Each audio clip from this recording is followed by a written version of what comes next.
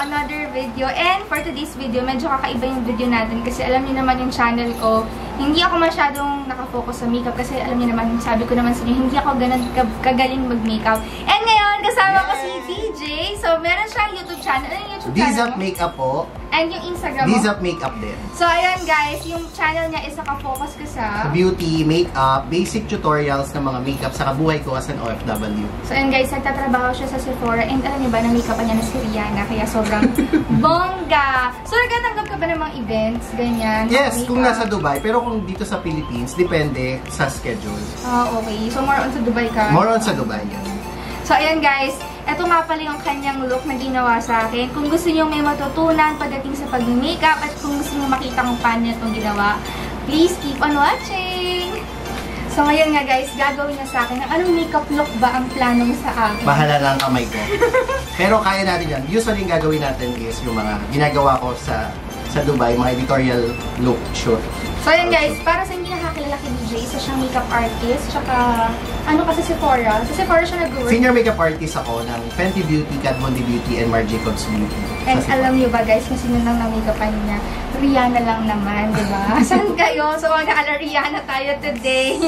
So, simulan na natin. Simulan na natin. Siyempre, pag nagme-makeup ka, kailangan first is ma-prep natin ng maayos yung skin. So, gamit tayo ng cleansing wipes. Ito is for face and eyes from Sephora.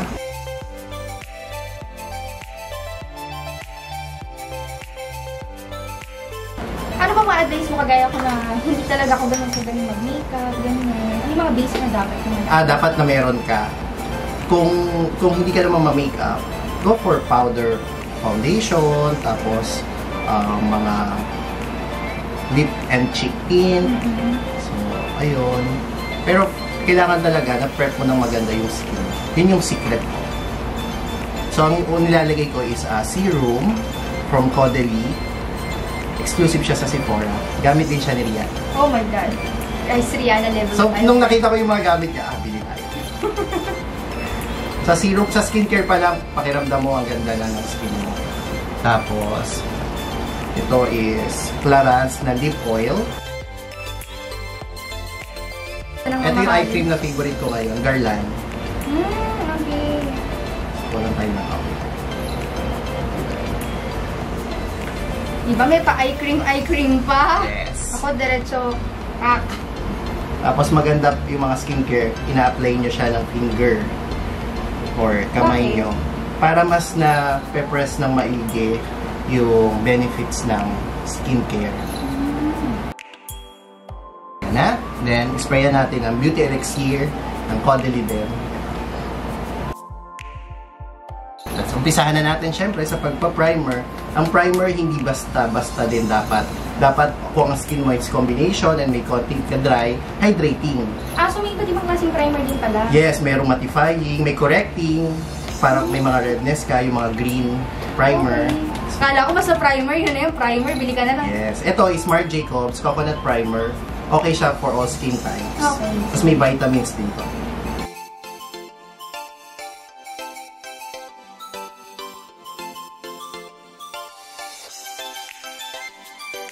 Iba ba talaga nagagawa pag nagpa-primer naman? Yes. Bukod sa napapalong last niya yung makeup, nakakatulong yan kasi may skincare benefit yung primer. Ayan guys, makeup and skincare 101 tayo ngayon ha. Then proceed tayo sa foundation. Anong foundation? Shameless foundation ng Marc Jacobs yung gagamitin ko. Medyo BB cream texture to, medium to full coverage. Gagamitin ko is 270 yellow tone, saka rose na undertone na 150. Bimix ko lang para ma-achieve ko yung kulay mo.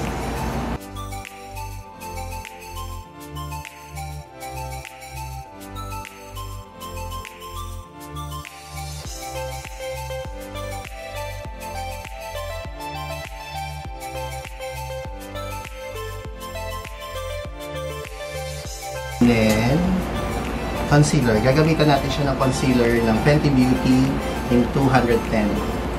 Sure, mamahalin yung ginagamit sa akin yun. Ito.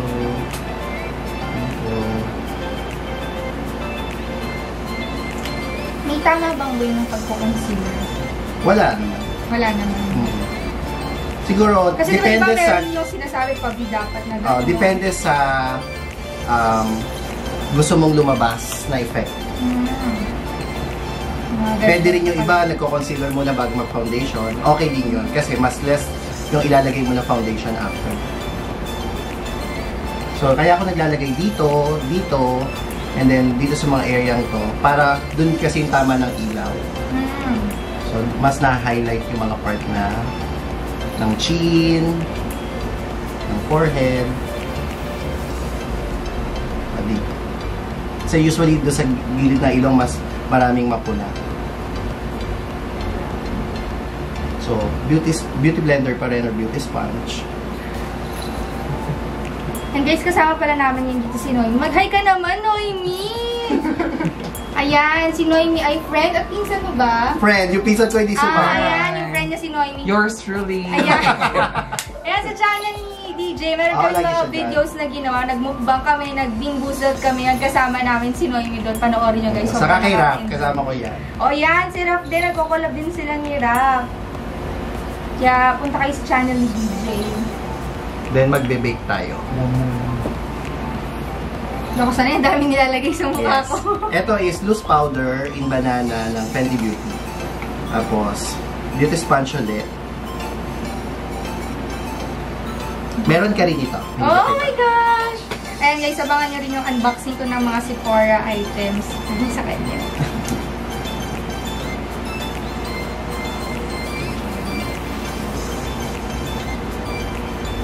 Galing ng mata. Para nagbe-bake, para ma-set yung concealer, ma-prevent yung mga lines, mas maging long-lasting, hindi mag-cake yung foundation and yung concealer. Kulang ako ng primer. O, diba may primer pa rin sa mata? So, gamitin natin sa Urban Decay eyeshadow primer. Ayan. Tapos, gagamitin kong eyeshadow palette is yung Moroccan Spice eyeshadow palette ng Fenty Beauty, Rihanna. So, kuha lang ako ng all-over blending brush. Kuha lang tayo ng light shade. Ito, pink.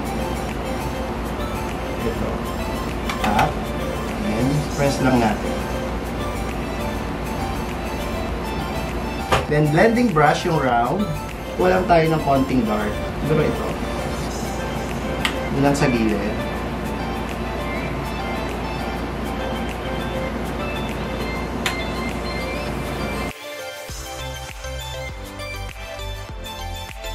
Ako parang as a makeup artist, wala. Kasi parang kung ano na lang.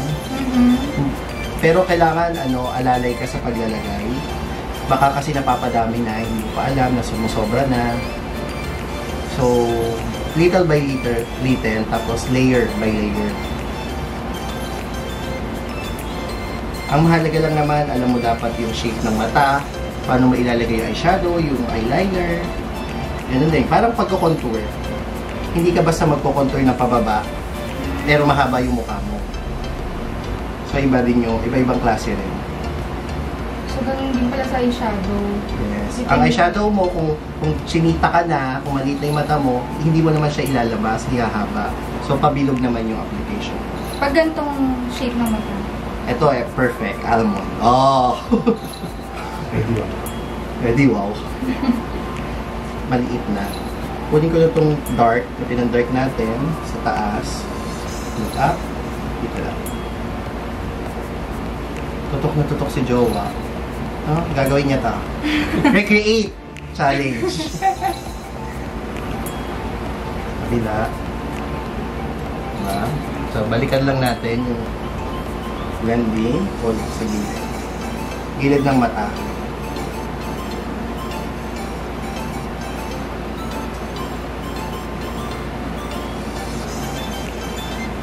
Saka pag gamit mo yung right tools sa pag-makeup, hindi mahirap. Ayan. Paano yun kagaya namin na hindi alam yung right tools sa pag-makeup? Gagawa tayo ng paraan. And then, kunin natin yung all-over eyeshadow brush. Itong medyo goldish. Look, close. Close. Dito lang sa main gilid.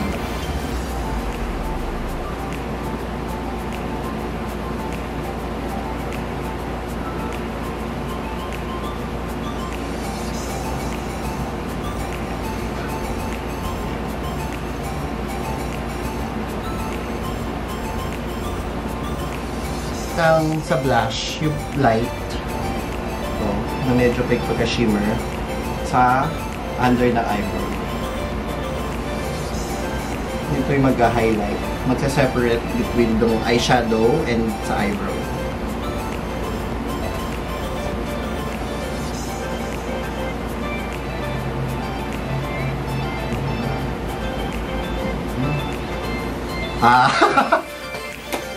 Then, proceed tayo sa eyeliner. Pencil muna. Pinakamadali sa pag-eyeliner is pencil. Okay. Close your eyes.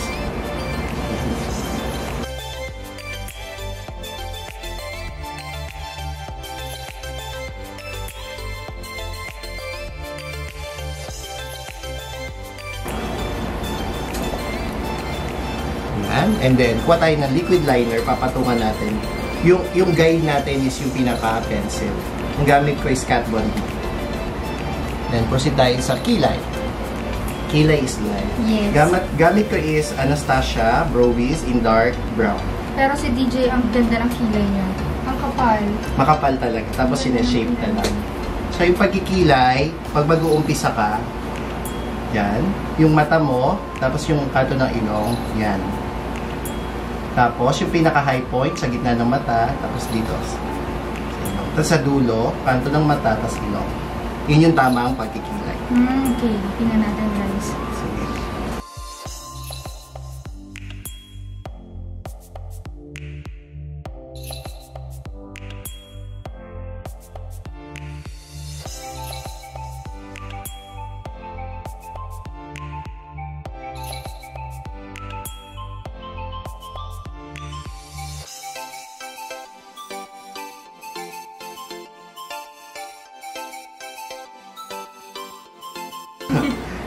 Highbrow na benefit para lang magkaroon ng highlight.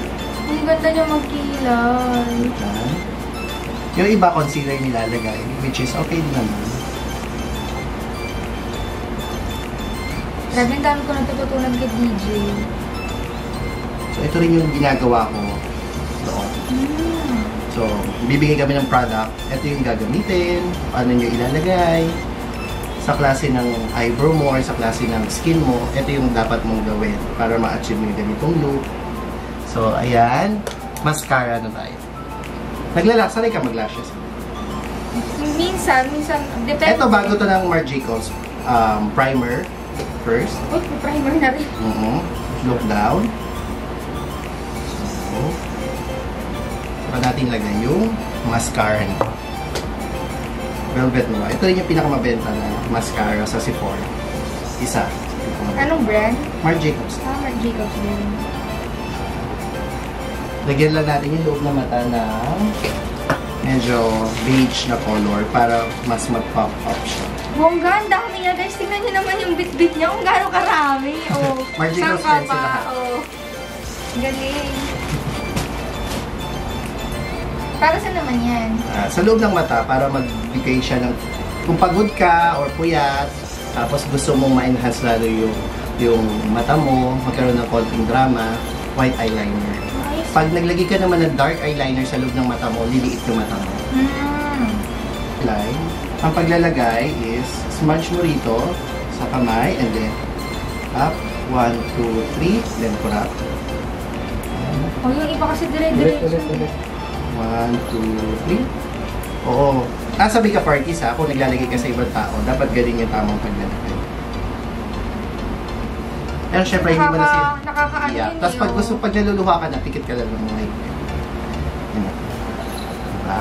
And then, tanggalin na natin yung binake natin. Up.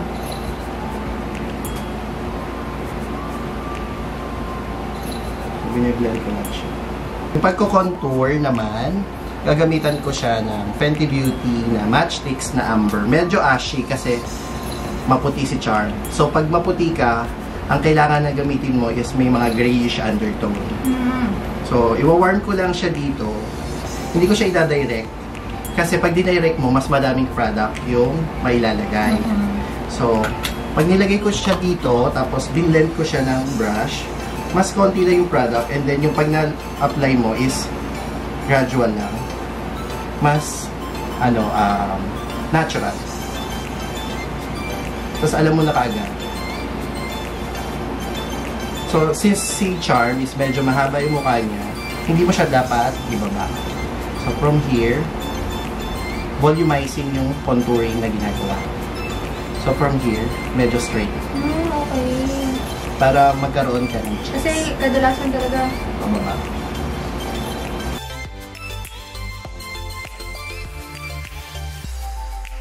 Here, kakat natin. Ayan, dito. Hindi na ako naglagay dito kasi may natural na contour na yung cheekbone. Then, saka natin siya papatungan ng powder. Pero, very light lang para ma-set yung kinontour natin. Na yung tart, medyo may grayish din. Ipipress ko lang. So, para sa skin tone ko, medyo grayish dapat. Yung contour. Kasi pag nilagay mo yung mga cocoa na kulay, brown, para kang hindi pasa. Okay. Hindi mag-work sa skin na mestiza. Okay na. Tapos, paglagay tayo ng blush. Gagamitin ko cream blush din ng Fenty na Yacht Light. Dito rin ulit. So, ganyan. Medyo orangey yung nag-work sa mga mestiza, mga light pink. Ganyan. So, isang brush pa din. Smile.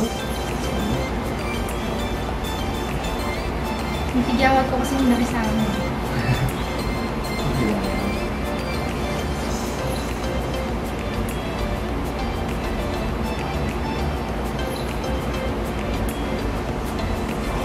Pwede na yan actually. Pero pag gusto mo pang maset yan, gamit tayo ng tart. Medyo coral. Natap lang ulit. Pag napansin nyo pag powder, tinatap ko lang. Kasi para maset na yung cream na nilalagay. Para hindi siya nagbe-blend out lang. Proceed tayo sa lips. Gagamitin natin is yung Unlock na bago ng Fenty Beauty. Uy, patangos mo ilong ko. Ay, sige. Oh, gusto niya. Sige. So, kuha tayo ng blending brush. Yun ang inaantay ko kasi hindi ako marunong yan. Okay. So, pag sa'yo, start tayo dito. Baba. Uy, grabe. Kita ko agad yung ginagawa niya. Pero, ilalighten pa natin yan dito.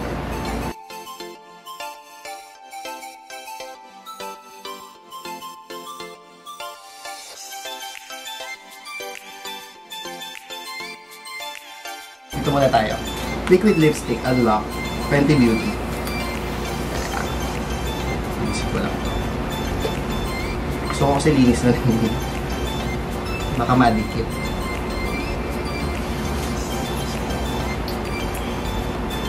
Liquid matte.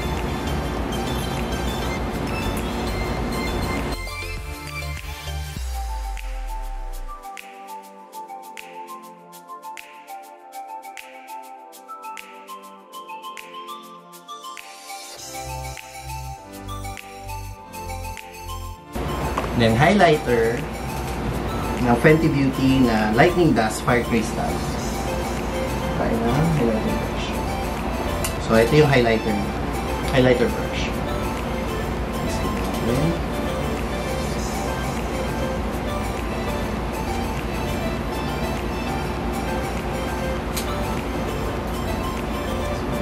Ang lakas maka-fresh ng highlighter, no? Sobra.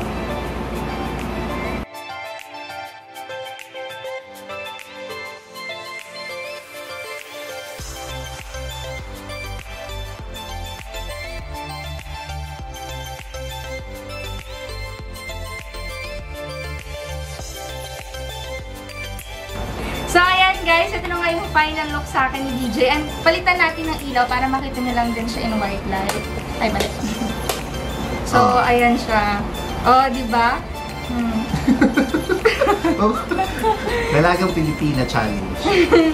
So, ayan guys. So, anong masasabi mo sa Ay, sana nagustuhan mo. Siyempre, gusto ko guys. Kasi first time ko rin talaga makapag-makeup ng gantong, lalo na sa channel ko. Hindi nyo ako nakikita na nag-full face makeup. And, ayan nga. Pwede ka rito maglagay pala. Nakalimutan ko. Ayan, meron pang gagawin si... So, itong highlighter, para mas maganda. Oo.